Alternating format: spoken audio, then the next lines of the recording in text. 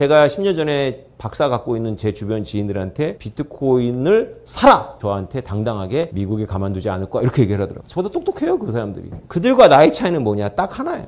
비트코인을 모르는 게 아니에요.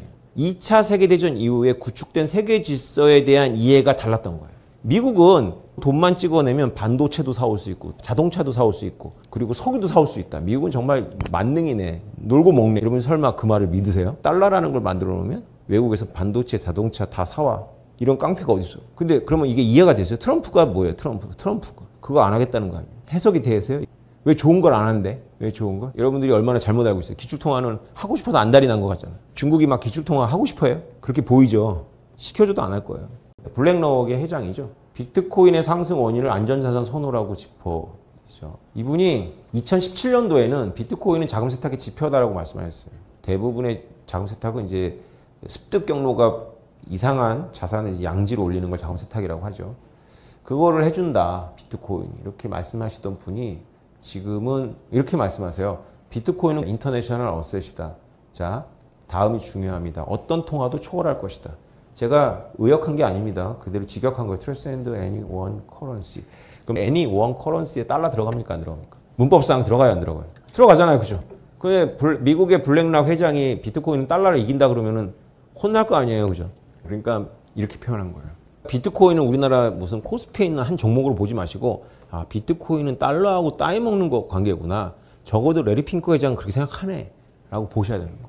여러분들이 이 말을 무시하려면 레리 핑크 회장보다 돈이 많으면 돼요. 아니면 레리 핑크 회장이 부리고 있는 사람들의 IQ보다 여러분이 좋으면 돼요. 두 개가 아니잖아요? 그럼 여기 뭔가 있다고 보셔야 돼요. 이 똑같은 이야기를 10년 전에 오태민이 떠들었거든요. 제가 떠들 때는 mean nothing이죠. 무슨 상관이 있어요. 오태민인데. 중요한 건 오태민이 떠들던 건 저 이분 과외한 적이 없거든요. 그리고 제가 한글로 책 썼지 영어로 쓴 적이 없어요. 이분도 떠든다는 거예요. 그러면 뭔가 지구 반대편에 있고 사회적 지위, 가지고 있는 권한 이런 게 다 다른 사람 둘이서 똑같은 걸 떠들고 있다면 여기 뭔가 있는 거예요. 저는 오래전부터 비트코인은 지정학적 자산이라고 떠들었거든요. 그 증거는 유튜브에 다 남아있으니까 보시면 되고요. 비트코인을 깨닫지 못하는 사람들의 특징이 있어요. 지금 우리가 살고 있는 이 지정학적 질서가 영구 불변할 거라는 그런 착각을 하고 있어요. 지금 우리가 누리고 있는 이 지정학적 질서, 미국이 세계 경찰을 하고 미국은 얼마든지 달러를 찍어낼 수 있고 미국에 대해서 무역 흑자국들은 얼마든지 미국의 자산을 사줄 수 있는 그래서 이게 이렇게 하나의 왈츠로서 우아한 춤을 추는 이런 세계 질서가 영구 불변하고 여기에는 거의 비용이 들어가지 않는 무한 동력 장치 같다라는 그런 얼토당토한 착각들을 하고 있는 거예요.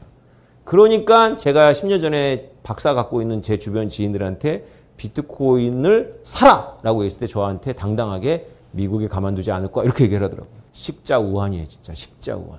안 배웠다면 좋았을 거예요. 왜냐하면 학벌이 없는 제 주변의 몇몇 사람들은 비트코인을 담았어요. 아는 게 없으니까 제가 말한 걸 믿어준 거예요. 근데 아는 게 있는 이 PhD들이 문제인 거예요. 미국이 가만두지 않을 거라는 거예요. 그래서 그들과 나의 차이는 무엇이냐. 저보다 똑똑해요. 그 사람들이. 객관적으로도. 그들과 나의 차이는 뭐냐. 딱 하나예요. 비트코인을 모르는 게 아니에요. 지금 우리가 살고 있었던 지난 80년 구체적으로는 포스트 1945 2차 세계대전 이후에 구축된 세계 질서에 대한 이해가 달랐던 거예요. 저는 제가 정통파 공부를 했다고 보거든요. 저는 PhD가 없습니다. 제 공부에 의하면 이 시스템은 굉장히 언밸런스한 시스템이에요. 몇 번의 위기가 있었어요. 몇 번의 위기가 있을 때마다 미국을 동맹들이 부축을 했어요. 일본이 부축했고 독일이 부축했고 그리고 한동안은 중국하고 미국이 2인 삼각으로다가 발을 묶고 같이 뛰었어요.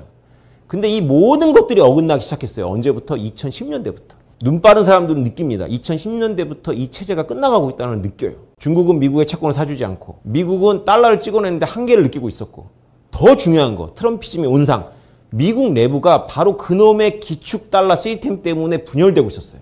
제가 경영경제를 공부한 제가 경영학과 출신이거든요. 제가 그러니까 제 주변 다 비슷할 거 아니에요. 페이스북에 올리는 글들을 보고 제가 가끔씩 정말 황당합니다. 정말 너무 놀래요. 이런 표현을 하는 거예요. 불과 몇 년 전에. 미국은 특수한 종의 특수한 잉크로 돈만 찍어내면 반도체도 사올 수 있고 자동차도 사올 수 있고 남의 나라 노동력을 징발할 수도 있고 그리고 석유도 사올 수 있다. 미국은 정말 만능이네. 놀고 먹네. 이런 이야기를 비전공자들이 한다면 제가 느끼기에는 그냥 오케이 뭐 그럴 수 있지. 그렇게 생각할 수 있지. 근데 경영 경제를 공부한 사람 이런 얘기를 서슴없이 하는 걸 보면서 지적으로 블랙홀이 있구나. 여러분 설마 그 말을 믿으세요? 미국은 특수한 종이에다가 특수한 잉크를 뿌려갖고 달러라는 걸 만들어 놓으면 외국에서 반도체, 자동차 다 사와. 이런 깡패가 어디 있어? 근데 그러면 이게 이해가 됐어요? 트럼프가 뭐예요? 트럼프. 그거 안 하겠다는 거 아니에요? 해석이 되세요? 이게 해석이? 왜 좋은 걸 안 한대? 왜 좋은 걸? 여러분, 미국의 그 퍼런 잉크, 퍼런 종이를 우리가 원해요? 아니면 그거 종이 됐어? 우리 자동차 니네한테 안 줘. 우리 반도체 니네한테 안 줘 이래요. 우리나라가 미국한테 반도체를 파는 게 목적이에요? 안 파는 게 목적이에요? 그 파란 종이 받고 왜 자동차 주려고 안달이야? 우리만 그래요? 중국. 일본 다 그러는데? 그 파란 종이 받고 자기네 나라에 원자재를 주려고 하고 자동차를 주려고 하고 반도체를 주려고 하잖아요. 그거 못 주면 막 슬퍼하잖아요. 무역 적자 났다고. 이게 모순이 아니라 해석이 돼야 되는 거 아니에요? 여러분, 국가 경제를 보는 시각하고 기업이나 한 가게를 보는 시각하고 완전히 바뀌셔야 돼요. 경제학의 중상주의 오류라는 게 있어요. 수출하면 좋은 거, 수입하면 나쁜 거라고 생각하는 순간 여러분 중상주의자인데요.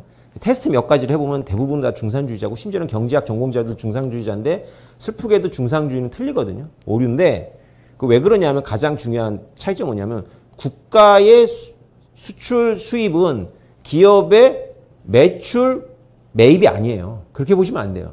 전혀 다른 거예요. 국가 경제를 볼 때 여러분들은 뭘 보셔야 되면 일자리로 보셔야 돼요. 일자리로. 그것도 오류가 있지만 그게 가장 여러분들한테 이 트럼프 현상을 이해하는데 가장 좋은 뷰를 제공할 거예요. 여러분들이 워낙에 지금 머릿속에 꼬여있기 때문에 아주 간단하게 생각하시면 돼요.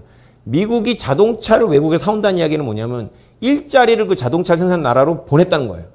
미국이 반도체를 외국에서 사온다는 건 뭐냐면 반도체 일자리를 그 나라로 보냈다는 거예요. 이해가 되세요? 원래 철강도 미국에 생산했었고 자동차도 미국에 생산했었고 반도체도 미국에 생산했었는데 달러 기축 시스템 아래서는 미국이 점차적으로 경쟁을 잃게 되어 있어요. 그래서 철강 공장도 일본하고 한국으로 나가고 조선도 한국하고 중국으로 나가고 자동차도 한국하고 독일로 나가고 반도체도 일본하고 한국에 나가는 거예요. 그럼 미국은 돈만 찍어내면 반도체를 얻지만 일자리를 뺏긴 거고 우리는 반도체를 미국에 밀어내면서 일자리를 지키고 있는 거거나 일자리를 늘리고 있는 거죠. 국가는 일자리 개념이거든요. 그 미국의 준수한 일자리가 이놈의 달러 기축 시스템 때문에 다 나가버리니까 미국의 중서부 지역의 노동자 계층이 전통적으로 할아버지 민주당원, 아버지 민주당원, 나도 민주당원인데 얘네들이 2016년도에 트럼프를 찍은 거예요. 미국의 노조들이 트럼프를 찍은 거예요. 왜? 반도체 일자리, 철강 일자리, 자동차 일자리 가져오라 이거지. 달러 찍어가지고 반도체 외국에서 사오고 자동차 사오고 그 짓 하지 말라는 거예요. 그럼 우리 입장에서는 뭐예요? 우리 입장에서는 우리 일자리를 이제 미국에 대해서 확보하는 것이 어려워졌다는 얘기죠. 종이로 보니까 문제가 된 거예요. 돈은 아무것도 아니에요. 사실은 그림자예요. 돈은. 중요한 건 실제로 움직이는 건 일자리가 움직이는 거예요. 일자리. 그래서 미국에서 트럼피즘이라는 김이 모락모락 올라오고 있었는데 트럼피즘이야말로 바로 1945 시스템이 필연적으로 낳은 구조적 모순이에요. 기축통화국의 모순. 기축통화국이 유동성을 공급하려면 계속해서 무역 적자를 내야 되고 계속해서 무역 적자를 낸다는 거는 자기 나라의 준수한 일자리를 계속해서 외국으로 내보낸다는 뜻이에요. 그런데 민주주의 국가라는 게 문제가 돼요. 이들이 표를 갖고 있어. 그래서 이들이 그 일자리를 다시 찾아오라라는 쪽에 표를 던지면 그게 가능하거나 가능하지 않거나 시간이 걸리겠죠. 힘들 거예요. 기축통화 시스템은 붕괴됩니다. 이게 논리적인 거예요. 우리의 직관하고 어긋나지만 이게 논리적인 추론이에요. 왜냐하면 기축통화라는 거는 그냥 달러 종이돈을 찍어갖고 그냥 뿌리는 게 아니라 무역이라는 거를 통해갖고 유동성을 공급하는 알고리즘, 메커니즘하고 연결되어 있거든. 트럼프가 외치는 게 그거잖아요. 공장 다 들어와라. 그러면 기축통화 시스템 미국의 누구들한테 좋았어요? 헐리우드에 좋았죠. 왜냐하면 헐리우드 경쟁력은 다른 나라에서 없었던 거니까. 그래가지고 뭐 그런 창의적이고 남보다 훨씬 예쁘고 남보다 잘생기고 남보다 멋있고 이런 사람들은 기회가 많아졌어요. 어떤 조직에 속해갖고 돈을 버는 사람들보다 혼자 프리랜서로 일하는 사람들한테는 이 세계화 시스템, 다시 말하면 미국의 기축통화 시스템이 유리해요. 또 누구한테 유리하냐면 사회적 약자. 그러니까 미국으로 따지면 이제 보호대상자, 노숙자 이렇게 생각하시면 돼요. 노숙자들한테 따뜻해요, 미국이. 왜냐하면 국가가 재정지적 발행해갖고 버터를 제공하면 되니까. 그래서 미국의 달러 시스템은 경제학자들은 이거를 거낸 버터 시스템이라고 그래요. 궁극적으로 봤더니 달러를 찍어서 군대를 운영하고 사회복지비를 쓰는구나 라고 귀결이 돼요. 그 누구한테 불리했어요? 고등학교만 졸업하고 그럼에도 불구하고 거대한 조직에 속혀서 정년을 보장받으면서 준수한 연봉을 받고 주말에는 같이 미식축구를 보고 피크닉을 갈 수 있었던 그런 중산층의 서민들이 와르르 무너진 거예요. 제조업 종사자. 독일은 기로에 섰을 때 제조업을 선택했어요. 그리고 우리가 이 달러의 역사를 보면 아는데 미국도 이 짐이 부담돼가지고 마르크화 시절에 독일한테 야 니네도 우리 기축통화 일부를 담당해. 그리고 엔화 니네도 담당했는데 일본하고 독일은 미국의 길을 가길 원하지 않았어요. 아 저렇게 중산층들의 삶의 터전인 제조업을 포기하고 산업 이동을 해버리면 우수한 사람들한테는 엄청난 부가 오지만 대부분의 사람들한테는 굉장히 척박해지는구나 해서 독일하고 일본은 제조업 국가를 선택을 합니다. 지금 중국이 그 길을 가려고 하죠. 제조업 국가를 선택하려는 국가들은 수출해야 돼요. 수출해야 되기 때문에 기축통화를 떠안지 않아요. 하라 그래도 안 해요. 여러분들이 얼마나 잘못 알고 있어요. 기축통화는 하고 싶어서 안달이 난 것 같잖아요. 중국이 막 기축통화 하고 싶어요? 그렇게 보이죠. 막 패권에 도전하니까. 시켜줘도 안 할 거예요. 중국이 그런 나라로 이해가 되세요? 남의 나라 물건을 막 사줘. 지금 자기네 전기차 밀어내기 바빠 죽겠는데 남의 나라 물건 막 사줘. 안 할 거 아니에요. 그게 바로 달러 시스템입니다. 미국 대선 이후에 벌어지고 있는 일들을 이해하기 위해서 쭉 설명을 했지만 가장 포인트는 저거죠. 오늘 다 말하지 못한. 이 부분은 좀 연구 과제예요. 전문가마다 이제 진단이 틀릴 거고 트럼프가 과잉해서 설명하는 것도 있고 워낙 쇼맨십이 강하니까 실제로 그것이 가능하냐의 문제도 있지만 결국은 여러분들이 비트코인하고 같이 봐야 되는 거냐면 미국이 주도하고 있는 기축통화와 세계 경찰 시스템이 과연 앞으로도 지속이 가능하냐라는 질문을 던지면서 트럼프 현상을 보셔야 돼요.